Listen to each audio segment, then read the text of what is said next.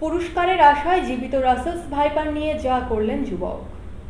ফরিদপুর জেলা আওয়ামী লীগের সাধারণ সম্পাদক ইশতিয়াক আরিফ শুক্রবার বলেছেন, সুরক্ষিত পোশাক পরিধান করে কেউ যদি জীবন্ত রাসেলস ভাইপার সাপ ধরে আনতে পারে তবে তাকে 50,000 টাকা পুরস্কার দেওয়া হবে।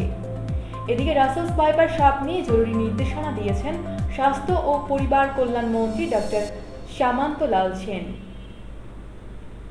পিটিয়ে মারা নয়, রাসেলস ভাইপার জীবিত ধরলে 50,000 টাকা পুরস্কার ঘোষণা করেন তিনি। জীবিত রাসেল ভাইপার সাপ ধরে নিয়ে যেতে পারলে পুরস্কার পাবেন এই আশায় একটি রাসেলস ভাইপার সাপের বাচ্চা ধরেছেন রেজাউল নামের এক যুবক। শুধু তাই নয়, সাপটি নিয়ে তিনি চলে আসেন ফরিদপুর প্রেস ক্লাবে। শনিবার রাতে রেজাউল সাপটি নিয়ে প্রেস ক্লাবে আসেন। রেজাউলের বাড়ি শহরতলির আলিয়াবাদ ইউনিয়নের কাদেরের বাজার এলাকায়।